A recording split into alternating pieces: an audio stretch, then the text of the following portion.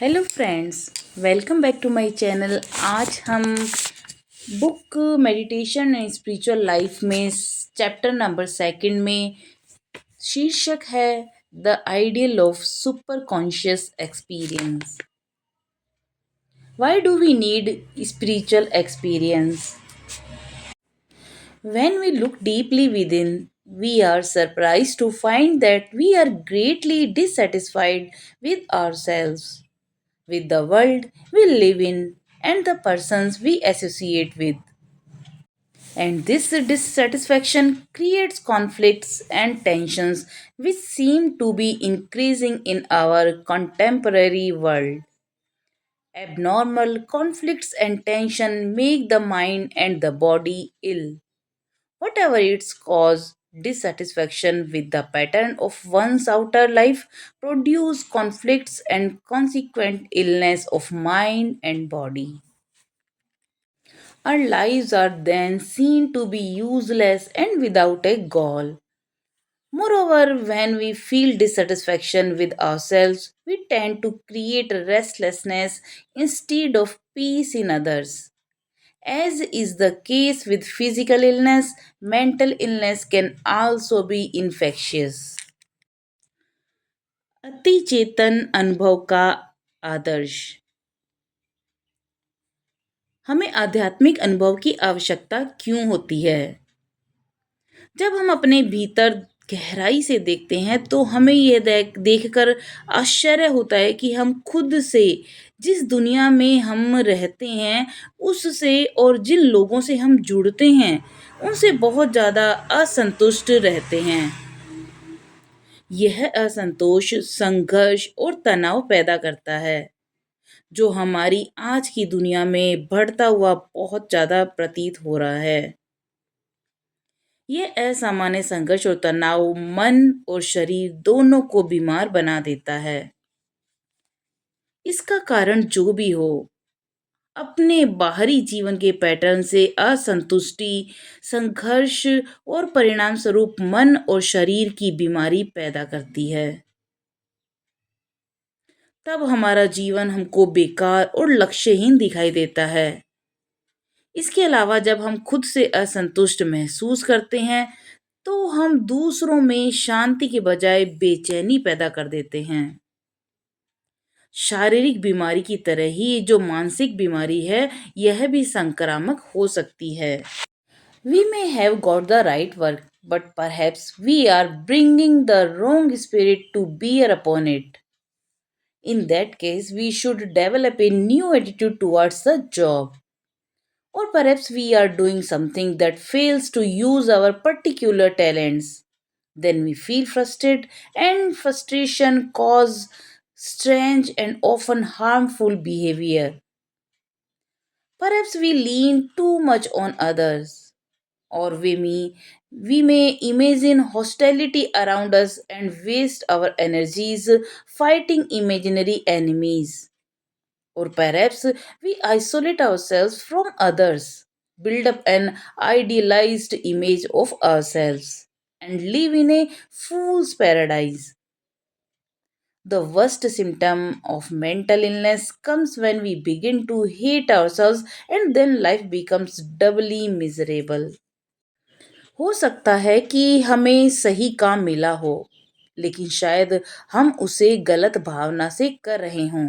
उस स्थिति में क्या होता है कि हमें जो काम के प्रति है एक नया दृष्टिकोण विकसित करना चाहिए, या शायद हम कुछ ऐसा कर रहे हैं जो हमारी विशेष प्रतिभाओं का उपयोग करने में असफल रहता है। तब हम निराशा महसूस करते हैं और निराशा अजीब और अक्सर हानिकारक व्यवहार को पैदा करती है। शायद हम दूसरों पर बहुत ज़्यादा निर्भर हो जाते हैं या हम अपने आसपास ही शत्रुता की कल्पना करने लगते हैं, और ये जो काल्पनिक दुश्मनों से लड़ने में हम अपनी ऊर्जा को बहुत ज़्यादा बर्बाद कर देते हैं। या शायद हम खुद को दूसरों से अलग कर लेते हैं और खुद की एक आदर्श छवि बना लेते हैं और मूर्खों के स्वर्ग में रहते हैं। मानसिक बीमारी का सबसे बुरा लक्षण तब होता है जब हम खुद से नफरत करने लगते हैं और फिर जीवन दुगुना दुखी हो जाता है. What is the remedy? What can we do about all this? The wise psychologist tells us that before we can find an ideal for which to live effectively, we must have a deep understanding of our own nature. By changing our opinion to ourselves, we can change ourselves, and this new attitude necessarily precedes the finding of a proper outlet for our energies. How to change our opinion about ourselves? Psychology says that this can be done through psychoanalysis. We must allow ourselves to be examined by a psychologist. He tries to sound the depth of our personality through intelligent questions, unearths our hidden complexes, and tells what actually is wrong with us. Theoretically, this method appears to be alright, and many people have really got some benefit from psychoanalysis. But its limitations lies in the fact that the psychologist's knowledge of other depend on his own knowledge of himself, which is usually shallow. इसका उपाय क्या है? हम सब इसके बारे में क्या कर सकते हैं? बुद्धिमान मनोवैज्ञानिक हमें बताते हैं कि इससे पहले कि हम एक आदर्श पा सकें जिसके लिए प्रभावी ढंग से जीना है, हमें अपने स्वभाव की गहरी समझ होनी चाहिए. खुद के बारे में अपनी राय बदलकर हम खुद को बदल सकते हैं और नया दृष्टिकोण हमारी ऊर्जा के लिए एक उचित आउटलेट खोजने से पहले आवश्यक है. अपने आप को कैसे बदलें? अपने बारे में राय क्या है? और मनोवैज्ञानिक कहते हैं कि यह मनोविश्लेषण के माध्यम से किया जा सकता है. हम खुद को मनोवैज्ञानिक द्वारा जांचे जाने देना चाहिए. वह बुद्धिमान प्रश्नों के माध्यम से हमारे व्यक्तित्व की गहराई को समझने की कोशिश करता है और हमारे भीतर जो भी जटिलताएं छिपी हुई होती हैं उन्हें हमारे सामने लाता है और बताता है कि वास्तव में हमारे साथ क्या क्या गलत है. सैद्धांतिक रूप से ये तरीका ठीक लगता है और कई लोगों को वास्तव में इस मनोविश्लेषण से कुछ लाभ भी मिला है.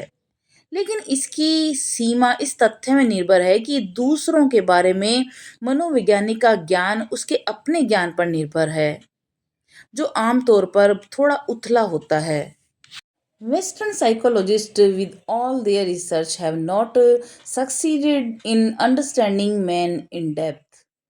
They have no doubt discovered that the conscious mind of man is under the control of a vast unconscious mind, and that the conscious and the unconscious mind are often incompatible in their movement. The conscious mind may have higher aspirants, but the unconscious mind may be full of baser passions. What most psychologists ask their patient to do is to yield to the demands of the unconscious. In some cases, this may release the inner tensions, but this may not be permanent and may even be more harmful. So, it is here that Hindu yoga steps in. Yoga begins with the purifying the unconscious first and making it compatible with the conscious. This purification is not something artificial. Purity is our real nature. It is the true nature of the self of man. Hinduism long ago discovered a higher dimension to the personality of man, with the superconscious. It is the superconscious that gives us knowledge about our true higher self. It reflects the light of ourselves. This light may be brought to bear on the dark unconscious chamber of mind. Then the unconscious is purified. It cooperates with the conscious mind and its aspirants. Inner divisions, conflicts, and tensions then vanish. So, the discover of the superconscious is the most important point in the attainment of inner peace and harmony. The discovery of the superconscious is the first spiritual experience. It is that which integrates the unconscious with the conscious. We regain our whole personality, our whole self. पश्चिमी मनोवैज्ञानिक अपने सभी शोधों के बावजूद मनुष्य को गहराई से समझने में सफल नहीं हुए हैं। उनको निसंदेह पता चला है कि मनुष्य का चेतन मन एक विशाल अचेतन मन के नियंत्रण में है और चेतन और अवचेतन मन अक्सर अपनी गतिविधियों में असंगत होते हैं। जहाँ पर चेतन मन में उच्च आकांक्षाएं हो सकती हैं, लेकिन अचेतन मन निरंतर भावनाओं से भरा हो सकता है। अचेतन प्रेरणाएं चेतन कार्यों और सोच के विरुद्ध काम करती हैं। लेकिन पश्चिमी मनोविज्ञान इसको हासिल करने में विफल रहा है। तो यहाँ पर अधिकांश मनोवैज्ञानिक अपने रोगियों से यही कहते हैं कि वे अचेतन की मांगों के आगे झुक जाएं। कुछ मामलों में यह आंतरिक तनाव को दूर कर सकता है, लेकिन यह स्थायी नहीं हो सकता और इससे और भी अधिक नुकसान हो सकता है।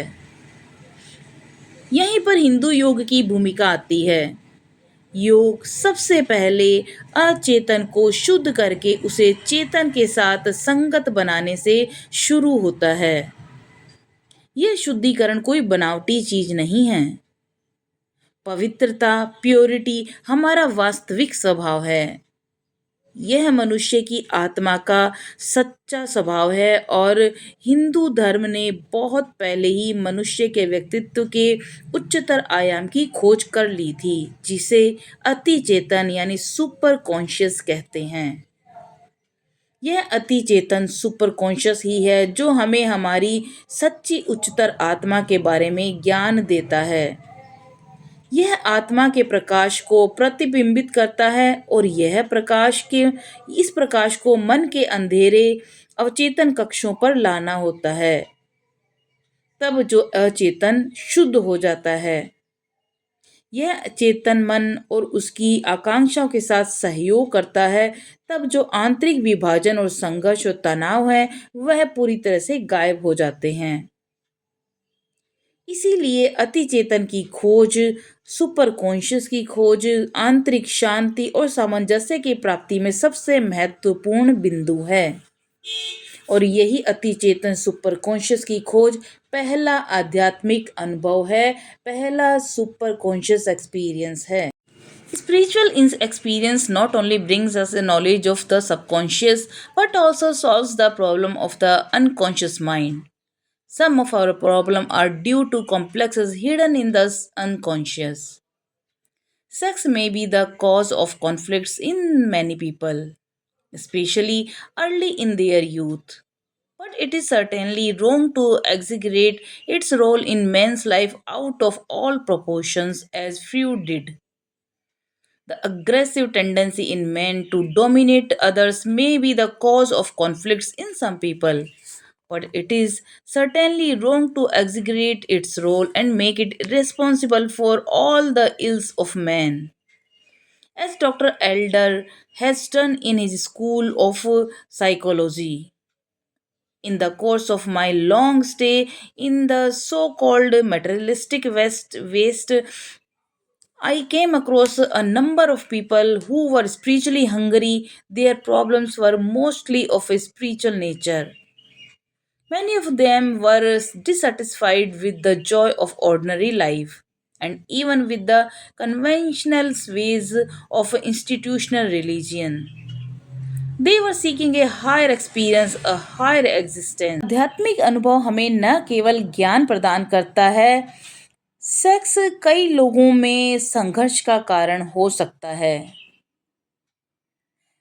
विशेष रूप से उनकी युवावस्था के शुरुआती दिनों में। लेकिन मानव जीवन में इसकी भूमिका के सभी अनुपातों से बढ़ा चढ़ाकर बताना निश्चित रूप से गलत है। जैसा कि फ्रॉइड ने किया था। दूसरों पर हावी होने की जो मनुष्य की आक्रामक प्रवृत्ति कुछ लोगों में संघर्ष का कारण हो सकती है, लेकिन इसकी भूमिका को बढ़ा चढ़ाकर बताना और इसे मनुष्य की सभी बीमारियों के लिए जिम्मेदार ठहराना भी निश्चित रूप से गलत है, जैसा कि डॉक्टर एल्डर ने अपने मनोवैज्ञानिक स्कूल में किया है। तथाकथित भौतिकवादी पश्चिम में अपने लंबे प्रवास के दौरान मैं कई ऐसे लोगों से मिला जो आध्यात्मिक रूप से भूखे थे। उनकी समस्याएं ज्यादातर आध्यात्मिक प्रकृति की थी। उनमें से कई साधारण जीवन के आनंद से यहाँ तक कि संस्थागत धर्म के पारंपरिक तरीकों से भी असंतुष्ट थे। The psychologist Dr. Carl Jung was one of the earliest to understand the spiritual need of man. He has pointed out the modern man is in search of his soul. But it is clear from his writings that Dr. Jung himself does not seem to have found out his true self. I met him in Switzerland and presented him some of my books. He spoke to me about the unconscious. He said that the superconscious of Hindus was included in the unconscious. That is strange doctrine. It is actually just the other way around. We generally think that the body is the outermost, mind is inner to it, and the soul is the innermost layer. We have to reverse the order. The Atma or self is the infinity, all pervading consciousness. The mind is contained within it. Still, inner is the physical body, which is limited and is the least pervasive. The superconscious is at present non unknown to us, but that does not mean that it is the same as the unconscious mind of the psychologist. It can be attained through spiritual discipline. It is the source of supreme peace and bliss. More than all, it gives man the feeling of wholeness, the feeling of supreme fulfillment. मनोवैज्ञानिक doctor curl जंग मनुष्य की आध्यात्मिक आवश्यकता को समझने वाले शुरुआती लोगों में से एक थे, और उन्होंने बताया कि आधुनिक मनुष्य अपनी आत्मा की खोज में लगे हैं। लेकिन उनके लेखन से यह स्पष्ट है कि डॉक्टर जंग स्वयं अपने सच्चे स्वरूप को नहीं खोज पाए। मैं उनसे स्विट्जरलैंड में मिला था और उन्हें अपनी कुछ किताबें भेंट भी की थी। उन्होंने मुझसे अचेतन के बारे में बात की थी। उन्होंने कहा था कि हिंदुओं का अति चेतन अचेतन में शामिल है। यह एक अजीब सा सिद्धांत है। वास्तव में ये इसे ठीक उलट है। हम आमतौर पर सोचते हैं कि शरीर सबसे बाहरी है, मन उसके भीतर है और आत्मा सबसे आंतरिक परत है। हमें क्रम को उलटना होगा। आत्मा या सेल्फ अनंत सर्वव्यापी चेतना है। मन इसके भीतर समाहित है, फिर भी आंतरिक है भौतिक शरीर जो सीमित है और सबसे कम व्यापक है। अति चेतन अभी हमारे लिए अज्ञात है, लेकिन इसका मतलब यह नहीं है कि मनोवैज्ञानिकों के अचेतन मन के समान है। इसे आध्यात्मिक अनुशासन के माध्यम से प्राप्त किया जा सकता है। यह परम शांति और आनंद का स्रोत है। सबसे बढ़कर यह मनुष्य को संपूर्णता की भावना देता है। Dr. Jung is famous for his classification of human types into extroverts and introverts. The introverts is given to brooding and self-criticism, lives largely in a subjective world within his own mind. The extrovert is outgoing, busies himself with the outside world of affairs. His reality is the objective world of action. These types are not mutually exclusive. We can find them both in ourselves. In Vedanta, we speak of the karma yogi, the work oriented man, and bhakta, the devotional man, and the intellectual man. But these types are not like watertight compartments. In every one of us, some elements of all types are present. We must try to bring out a proper harmony between the different tendencies. Through training, we can combine and integrate the various tendencies within our nature and finally even transcend them all. Thus, we can work with enthusiasm, have intense devotion to a higher ideal, and also be rational in our thinking and work. But for this, there must be intense spiritual aspiration as the uniting force. Doctor जंग मानव प्रकारों की बहिर्मुखी और अंतर्मुखी में वर्गीकृत करने के लिए प्रसिद्ध हैं। अंतर्मुखी चिंतनशील और आत्म आलोचना करने वाला होता है। वह अपने मन के भीतर एक व्यक्तिपरक दुनिया में रहता है। बहिर्मुखी व्यक्ति बहिर्मुखी होता है और वह बाहरी दुनिया के कामों में ही व्यस्त रहता है। उसकी वास्तविकता कार्रवाई की वस्तुनिष्ठ दुनिया में होती है। ये प्रकार परस्पर अन्यन्य नहीं हैं। हम उन्हें अपने भीतर पा सकते हैं। वेदांत में हम कर्मयोगी यानी कार्य उन्मुख व्यक्ति, भक्त यानी भक्ति करने वाला व्यक्ति और ज्ञानी यानी बुद्धिमान व्यक्ति की बात करते हैं। लेकिन ये प्रकार जलरोधी डिब्बे की तरह नहीं है। हम में से हर एक में इन सभी प्रकारों के कुछ तत्व तो जरूर मौजूद हैं। हमें विभिन्न प्रवृत्तियों के बीच तो उचित सामंजस्य लाने का प्रयास करना ही होगा। प्रशिक्षण के माध्यम से हम अपनी प्रकृति के भीतर विभिन्न प्रवृत्तियों को जोड़ और एकीकृत कर सकते हैं और अंततः उन सभी से परे भी जा सकते हैं।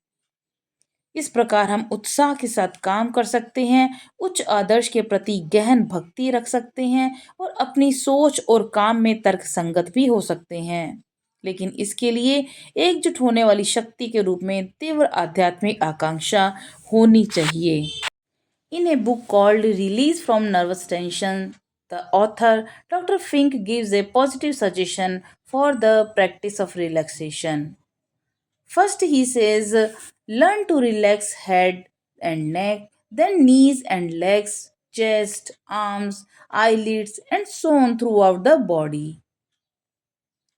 Such piecemeal release of tension, if properly practiced, has certainly a beneficial effect, but our teachers tell us that through self analysis and meditation we can learn to get control of our entire personality. This is a far more effective and lasting means of removing tension than the effort to relax our members one at a time. Why should we liberate ourselves painfully limb by limb, when by proper training we can take hold of mind and attain spiritual experience that will release us all at once? I am reminded of the story of a miser. He was on the deathbed and the priest came to save him. Being greedy, the priest decided to save him limb by limb and charge a certain fee for every part saved. When he finally came to the right leg, the priest thought, now I am going to charge him a lot as he is escaping us. So he said aloud to the miser, now I am going to ask a large sum for your right leg. The dying man, who had a very calculating mind, summoned all his strength and said, but father, that is a wooden leg. Whatever theologians may say about saving a man limb by limb, real spiritual teachers have a more effective means of salvation. This is the ideal of liberation of the self through direct perceptions of the higher self. Spiritual experiences transforms the whole personality. Intense peace and bliss fill the soul and bring about complete relaxation of mind and body. Release from nervous tension नामक पुस्तक में लेखक doctor Fink ने विश्राम के अभ्यास के लिए सकारात्मक सुझाव दिया है। वे कहते हैं कि सबसे पहले सिर और गर्दन को आराम देना सीखें। फिर घुटनों और पैरों, छाती, बाहों, पलकों और पूरे शरीर को आराम दें। तनाव को इस तरह से धीरे धीरे दूर करने का अगर सही तरीके से अभ्यास किया जाए तो निश्चित रूप से इसका लाभकारी प्रभाव पड़ता है। लेकिन हमारे शिक्षक हमें बताते हैं कि आत्मविश्लेषण और ध्यान के माध्यम से हम अपने पूरे व्यक्तित्व पर नियंत्रण पाना सीख सकते हैं। यह हमारे अंगों को एक एक करके आराम देने के प्रयास की तुलना में तनाव को दूर करने का कहीं अधिक प्रभावी और स्थायी तरीका है। हमें अपने आप को कष्टपूर्वक अंग अंग क्यों मुक्त करना चाहिए, जबकि उचित प्रशिक्षण द्वारा हम मन पर काबू पा सकते हैं और आध्यात्मिक अनुभव प्राप्त कर सकते हैं जो हमें एक ही बार में मुक्त कर देगा। मुझे कंजूस की कहानी याद आती है। वह मृत्युशैया पर था और पुजारी उसे बचाने के लिए आया था। लालची होने के कारण पुजारी ने उसे अंग अंग बचाने का फैसला किया और बचाए गए प्रत्येक अंग के लिए एक निश्चित शुल्क लिया। जब वह अंततः दाहिने पैर पर पहुंचा तो पुजारी ने सोचा, अब मैं उससे बहुत अधिक शुल्क लूंगा क्योंकि वह हमसे बच रहा है। इसीलिए उसने कंजूस से ऊंची आवाज में कहा, अब मैं तुम्हारे दाहिनी पैर के बदले बहुत बड़ी रकम मांगूंगा। मरते हुए व्यक्ति, जो बहुत ही गणनाशील दिमाग का था, उसने अपनी पूरी ताकत जुटाई और कहा, लेकिन पिताजी, वह तो लकड़ी का पैर है। धर्मशास्त्री चाहे किसी व्यक्ति के अंग अंग को बचाने के बारे में कुछ भी कहे, लेकिन वास्तविक आध्यात्मिक गुरुओं के पास मोक्ष का इससे कहीं अधिक प्रभावी साधन है। वह उच्चतर आत्मा की प्रत्यक्ष अनुभूति के माध्यम से स्वयं की मुक्ति का आदर्श है। आध्यात्मिक अनुभव पूरे व्यक्तित्व को बदल देता है और आनंद आत्मा को भर देते हैं और मन और शरीर को पूर्ण विश्राम प्रदान करते हैं।